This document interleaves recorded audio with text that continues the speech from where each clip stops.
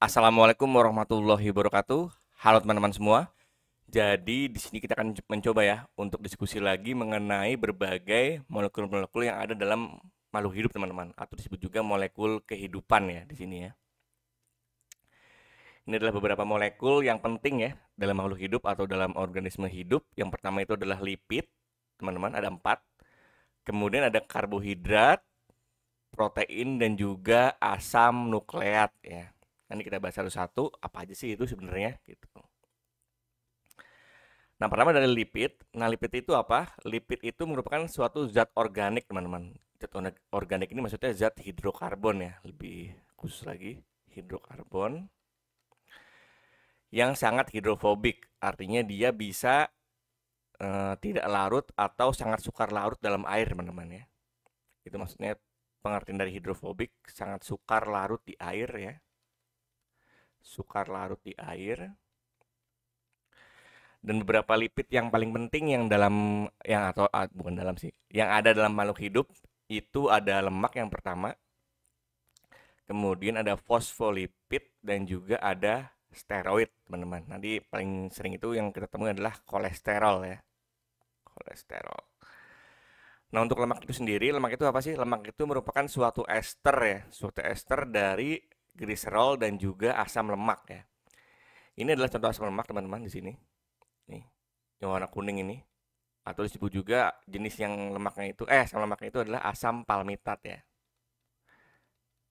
Palmitat. Nah, asam palmitat ini dia itu C-nya itu jumlahnya ada coba 1, 2, 3, 4, 5, 6, 7, 8, 9, 10, 11, 12, 13, 14, 15, 16. Dia C16 ya, yang saling berikatan dan juga suatu karboksilat atau asam karboksilat di situ ya. Nah, ketika nanti si misalnya palmitat ini, salah satu molekul palmitat itu masing-masing berikatan dengan atau membentuk ikatan dengan ester pada suatu gliserol. Ini gliserol, teman-teman, yang warna abu-abu nih. Ini gliserol ya. Ini suatu asam lemak. Nah, ketika nanti asam lemak itu masing-masing dia membentuk ikatan dengan masing-masing gliserol, berarti ada 3 ikatan di situ ya. 1, 2, 3. Maka dia akan membentuk suatu molekul ester yang disebut juga molekul lemak namanya di sini ya. Lemak. Nanti si OH-nya yang dari si apa namanya asam karboksilat dia lepas, nanti dia bermuatan positif berarti di sini kan. Nah, nanti H yang ada di sini, yang ada di gliserol dia juga lepas, maka si O-nya ini bermuatan negatif ya. Nah, maka di situ akan terjadi tarik menarik dan akhirnya dia akan membentuk suatu ester ya. Nah, ester itu disebut juga dengan lemak di situ. Lemak ini salah satu penyusun dari apa namanya? Uh, bukan penyusun sih, penyusun juga dan juga suatu zat yang bisa berenergi yang ada di dalam tubuh, teman-teman, seperti itu ya. Dan selanjutnya adalah fosfolipid. Nah, fosfolipid ini penyusunnya yang pertama ada ini, teman-teman nih, ya. Ada suatu bagian di sini bagian esternya, ya, bagian esternya dan juga bagian fosfatnya ya. Nah, yang jadi unik pada fosfolipid ini di bagian ester, di bagian lemaknya di sini ya, atau rantai hidrokarbonnya, dia itu sifatnya adalah hidrofobik atau sukar larut atau tidak larut dalam air, teman-teman, bisa jadi ya. Nah, kemudian bagian fosfatnya ini warna abu-abu, dia itu sifatnya hidrofilik, teman-teman ya. Jadi pada satu molekul dia itu bisa bersifat ada dua sifat di situ, hidrofobik dan juga hidrofilik. Nah, makanya di dalam atau molekul si fosfolipid ini dia digunakan sebagai bagian dari membran sel ya. Ya, ini bagian dari membran sel yang dia itu sifatnya bilayer tuh. Bagian luarnya itu hidrofilik ya, nih. Bagian dalamnya itu hidrofobik ya. Gunanya buat apa nih? Gunanya buat menseleksi materi-materi atau molekul-molekul yang bisa masuk ke dalam sel, teman-teman, seperti itu salah satunya ya. Jadi di sini sangat apa ya? Kuasa Tuhan atau kuasa Allah itu sangat luar biasa ya. Jadi dia bisa menseleksi masing-masing molekul apa saja sih yang bisa masuk ke dalam suatu sel, teman-teman, seperti itu ya. Gitu. Dan yang terakhir untuk yang bagian lipid ini adalah steroid. Nah, steroid ini dia salah satu yang paling terkenal itu adalah kolesterol, teman-teman. Seperti ini bentukannya ya. Kolesterol.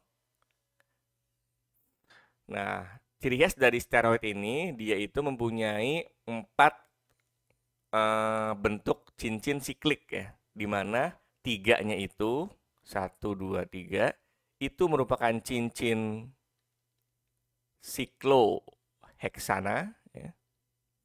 Dan yang keempat itu adalah cincin siklopentana, teman-teman ya. Jadi total ada 4, 3-nya itu dia sikloheksana, 1-nya itu siklopentana, teman-teman. Dan dia minimal itu memiliki 17 atom karbon di situ ya untuk si kolesterol. Jadi ada 3 tadi di dalam tubuh yang paling penting itu ada lemak, kemudian ada fosfolipid dan juga ada kolesterol ya gitu. Dan selanjutnya adalah karbohidrat. Karbohidrat ini adalah molekul gula, biasa disebut juga ya. Molekul gula. Di mana karbohidrat yang paling lazim itu adalah yang pertama itu adalah pati atau disebut juga amilum ya di situ, atau starch. Dan juga selulosa yang biasanya terdapat di dalam tanaman ya, teman-teman. Nah, jadi baik tadi si lipid, kemudian si karbohidrat itu semuanya terutama untuk karbohidrat ya. Dia itu adalah suatu bisa monomer ya. Bisa juga membentuk suatu polimer, teman-teman, untuk karbohidrat ini. Nah, kalau dia monomer berarti dia disebut juga monosakarida ya. Nah, kalau dia nanti membentuk polimer, dia disebut juga polisakarida. Kita bisa ambil contoh di sini nih, ada suatu molekul ya, ini molekul gula. Dia monomernya glukosa, nanti dia bisa membentuk pati maupun selulosa gitu. Jadi bagian-bagian kecil itu glukosa, nanti dia bisa membentuk pati maupun selulosa di situ. Yang dimana berarti pati maupun selulosa ini itu adalah suatu polimer ataupun polisakarida di situ berarti ya.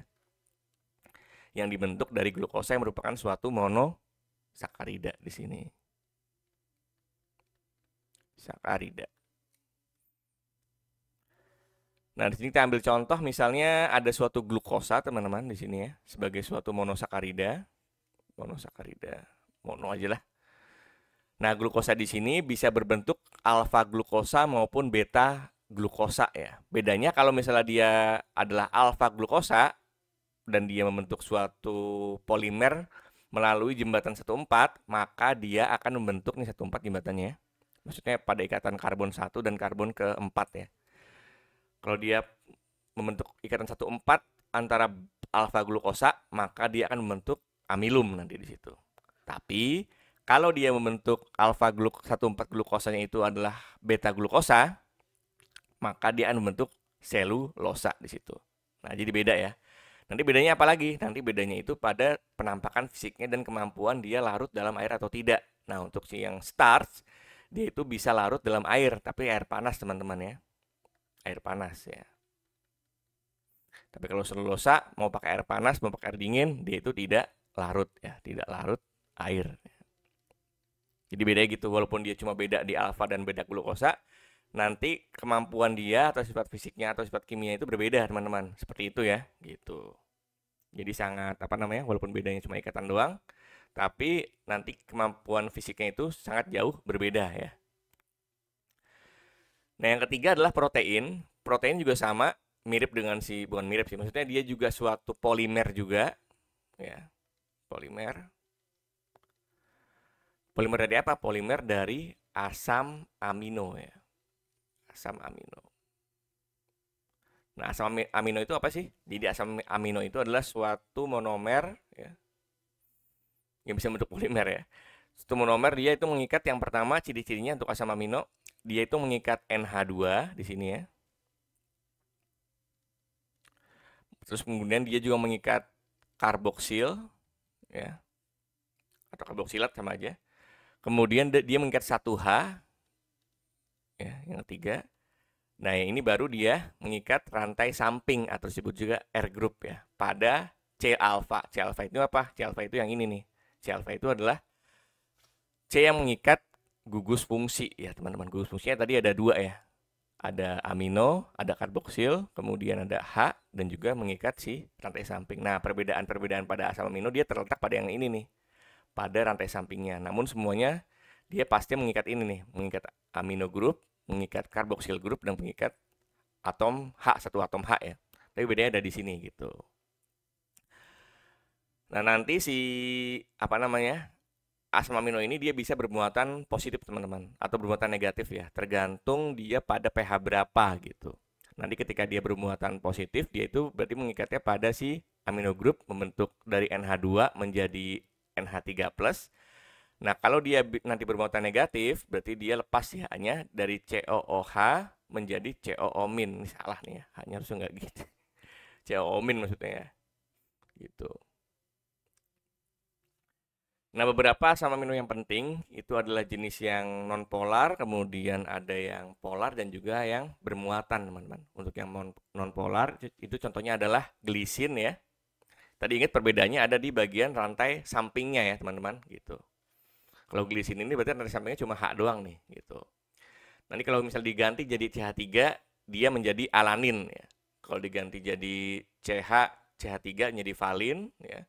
Kemudian ada leusin untuk yang nonpolar. Nonpolar ini berarti yang dia kurang larut dalam air ya. Kurang larut dalam air atau disebut juga berarti hidrofobik teman-teman, seperti itu. Kemudian ada leusin, ada isoleusin, ada metionin ya. Metionin ini ciri khasnya punya atom sulfur di sini ya. Atom sulfur. Jadi nanti dia ada beberapa uji yang bisa mengetahui apakah di situ ada metionin atau tidak teman-teman dengan adanya si atom sulfur tadi gitu. Kemudian ada fenilalanin, ada triptofan dan juga ada prolin di situ ya. Nah, untuk asam amino yang polar atau berarti dia larut air di situ ya. Larut air atau disebut juga hidrofilik ya. Itu contohnya adalah yang serin ya. Treonin, cysteine ya. Ini juga sama nih sama kayak yang tadi nih. Punya atom apa namanya S ya, atom sulfur. Nanti si cysteine ini kalau dalam suatu molekul atau protein dia bisa membentuk jembatan di sulfida namanya teman-teman ya. Di sulfida seperti ini jembatan ini, ada S ya gitu, yang membuat nanti si protein itu dia bisa menekuk tuh gitu. Kemudian ada tirosin, ada asparagin dan juga ada glutamin. Nah teman-teman bisa lihat bedanya. Kalau di asam amino yang nonpolar, dia itu cenderung dia adalah rantai sampingnya adalah hidrokarbon, teman-teman. Tapi kalau misalnya dia polar, biasanya ada gugus hidroksinya. Nah, gugus hidroksi ini yang bisa membuat si suatu molekul ini bisa menjadi polar, teman-teman ya. Nih, ada hidroksi ya. Kemudian ada NH2 juga bisa gitu. Nih. Nah, kemudian ada juga asam amino yang dia bisa membentuk muatan ya, bisa bermuatan negatif ya, atau sifatnya itu berarti asam ya, karena dia melepaskan H kan, H+ di situ ya. Dan juga ada asam amino yang bisa bermuatan positif ya, atau berarti dia sifatnya itu adalah basa karena dia adalah bisa menerima H+ ya, atau akseptor dari proton, teman-teman, seperti itu ya. Gitu. Kalau yang asam atau yang bisa bermuatan negatif tentunya adalah asam aspartat ya, dan juga asam glutamat di situ. Sedangkan kalau yang bermuatan negatif atau bersifat basa itu adalah lisin dan juga ada arginin dan histidin di situ, teman-teman. Nah, bagaimana si asam amino ini bisa membentuk suatu protein? Dia itu bisa membentuk protein melalui jembatan namanya jembatan atau ikatan peptida. Nah, ikatan peptida itu adalah ikatan antara bagian karboksil dengan bagian amino ya, melalui C terminal dan juga N terminal. Jadi kalau misalnya ada asam amino di sini ya. Ini contohnya ada asam amino ya, OH. Di sini NH2 ya. Kemudian kita ambil contoh glisinnya dulu deh. Yang ini berarti NH2. Kemudian COOH ya. H. Nah, nanti ketika dia terjadi apa namanya? Pelepasan OH yang ini dan juga H yang ini satu ya. OH-nya dari si C terminal H-nya dari N terminal, maka dia akan membentuk H2O nanti keluar dari situ. Ya. Maka nanti dia, nih, bisa kita hapus ya, menjadi NHCO ya teman-teman ya. Ini namanya adalah ikatan peptida teman-teman. Ikatan dari masing-masing asam amino membentuk suatu polimer yang disebut juga protein teman-teman. Gitu ya. Nah, untuk struktur dari protein sendiri yang penting itu untuk dipelajari ada struktur primer, ini kita bahas ya. Kemudian ada struktur sekunder, ada tersier dan juga ada kuartener. Bedanya apa? Nanti kita lihat ya. Nah, untuk struktur primer dia itu bisa memperlihatkan bagaimana urutan dari masing-masing asam amino untuk membentuk suatu protein pada ikatan peptida, teman-teman. Nih bisa kita lihat ya. Di sini ada ujungnya, kemudian ujung dari proteinnya ya.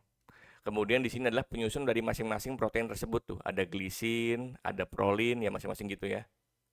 Dia membentuk suatu jembatan atau ikatan peptida teman-teman ya di situ. Nah, itu disebut juga struktur primer. Jadi struktur yang dibentuk dari asam amino yang membentuk ikatan peptida. Kemudian ada struktur sekunder. Nah, bedanya kalau misalnya struktur sekunder itu dia dilihatnya lebih jauh lagi ya. Jadi dia bisa memperlihatkan ada ikatan hidrogen dari masing-masing asam amino. Nanti ikatan hidrogen itu bisa membentuk alpha helix namanya dan juga beta sheet ya. Alpha helix itu seperti ini ya, seperti apa namanya, tangga berputar teman-teman. Kemudian beta sheet ini juga seperti ini nih bentukannya kayak gitu.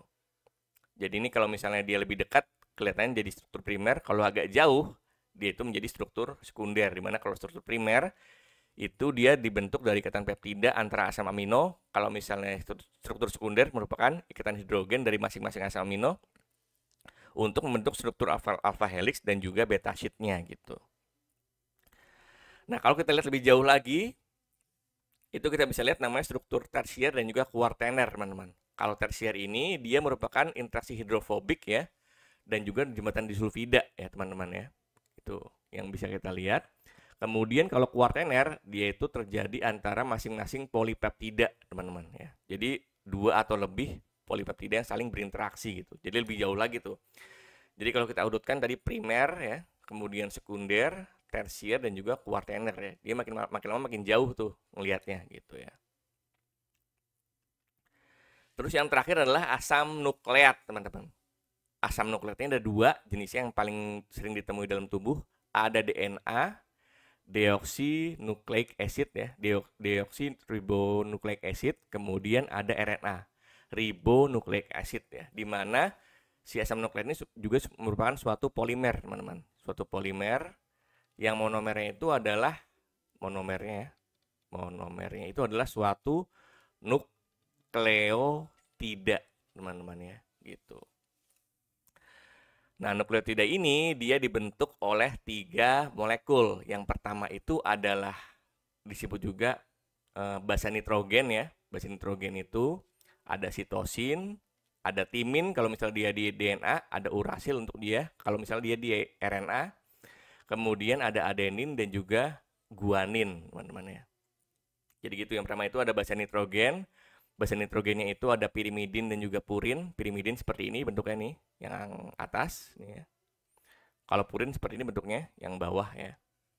Nah, bedanya antara DNA dan RNA, kalau misalnya dia penyusunnya di DNA itu adalah timin ya nanti.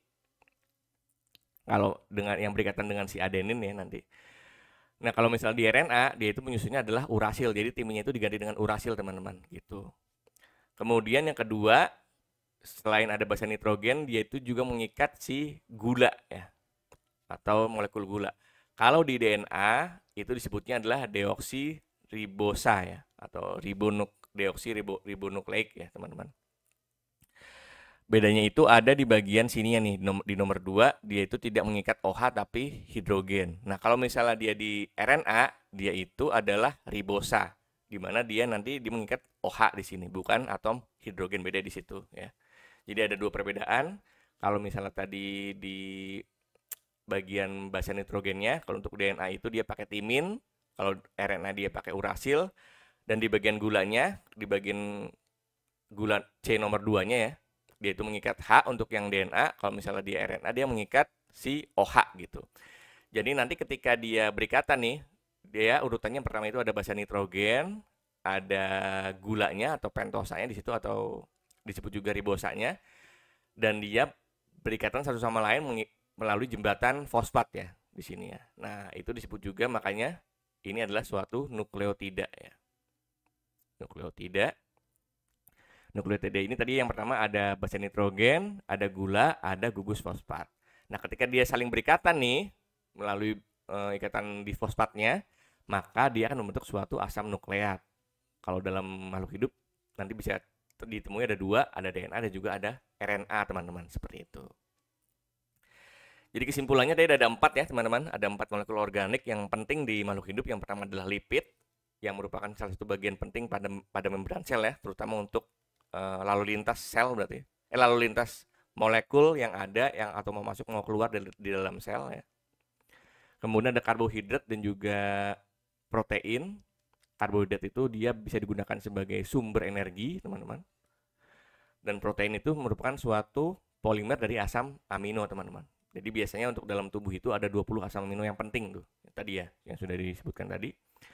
Kemudian ada yang terakhir adalah asam nukleat yang merupakan informasi genetik atau cetak biru dari suatu makhluk hidup teman-teman ya. Dan inilah referensi saya gunakan untuk pembuatan video dan juga diskusi kali ini. Oke, mungkin gitu ya teman-teman untuk pembahasan kali ini. Semoga materi bermanfaat. Wabillahi taufiq wal hidayah. Wassalamualaikum warahmatullahi wabarakatuh. Terima kasih semuanya.